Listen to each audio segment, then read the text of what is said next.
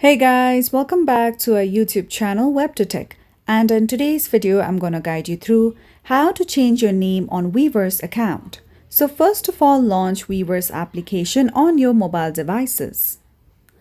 Make sure that you are logged on to your account. After that, tap on the three dots icon that says More at the bottom right corner.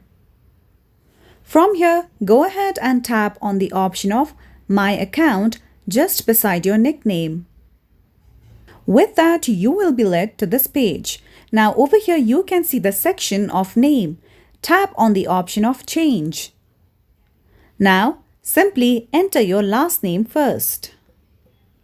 Then enter your first name as well. After this, tap on the option of save at the bottom. With that, you will successfully be able to change your name on your Weverse account. So that's all for today's video, and at last, don't forget to subscribe to our YouTube channel.